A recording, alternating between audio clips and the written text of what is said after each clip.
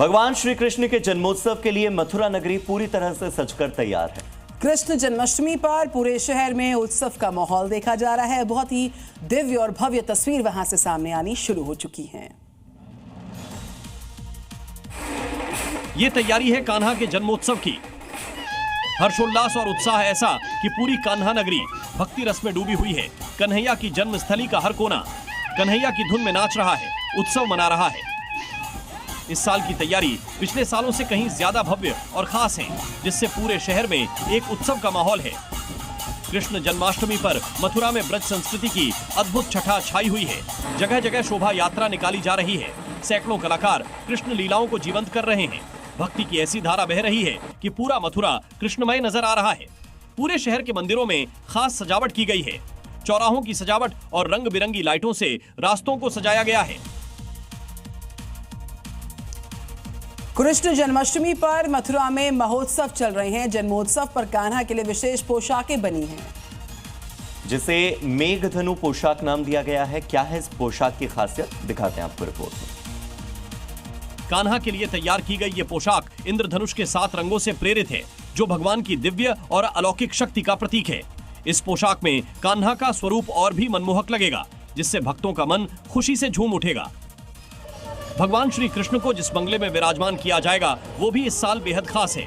इसे सिंदूर पुष्प बंगले का नाम दिया गया है, जो पूरी तरह से फूलों और सिंदूर से सजा होगा। इसके अलावा ठाकुर जी का प्रथम अभिषेक एक अद्भुत स्वर्ण पंडित और रजत कामधेनु स्वरूपा दिव्य गो प्रतिमा से किया जाएगा। ये अभिषेक एक आध्यात्मिक और पवित्र अनुभव होगा। इसके अलावा जन्माष्टमी के दिन श्री कृष्ण का प्राकट्य भी एक अद्भुत तरीके से होगा। वो रजत कमल पुष्प में प्रकट होंगे, जो उनकी कोमलता और पवित्रता को दर्शाता है।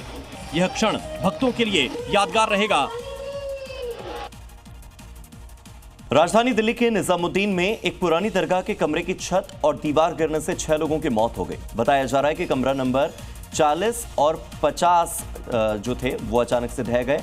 ये सालों पुराना कमरा बताया जा रहा है।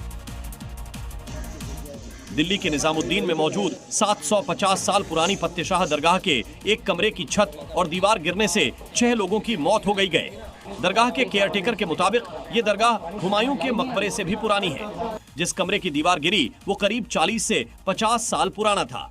कादरी ने बताया कि कई साल पहले भारतीय पुरातत्व सर्वेक्षण से रेनोवेशन की मंजूरी मांगी गई थी, लेकिन मंजूरी नहीं मिली। हादसे के बाद इलाके में मातम और गुस्से का माहौल है। वहीं प्रशासन ने जांच शुरू कर दी है।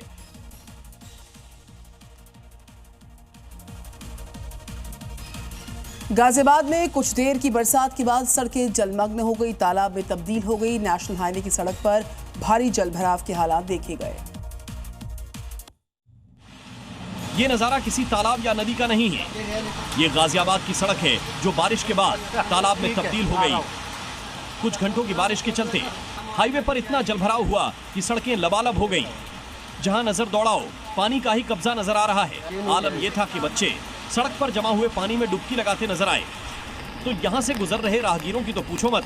कार हो या बाइक सवार इस आफत काल के बीच सड़क से गुजरते नजर आए।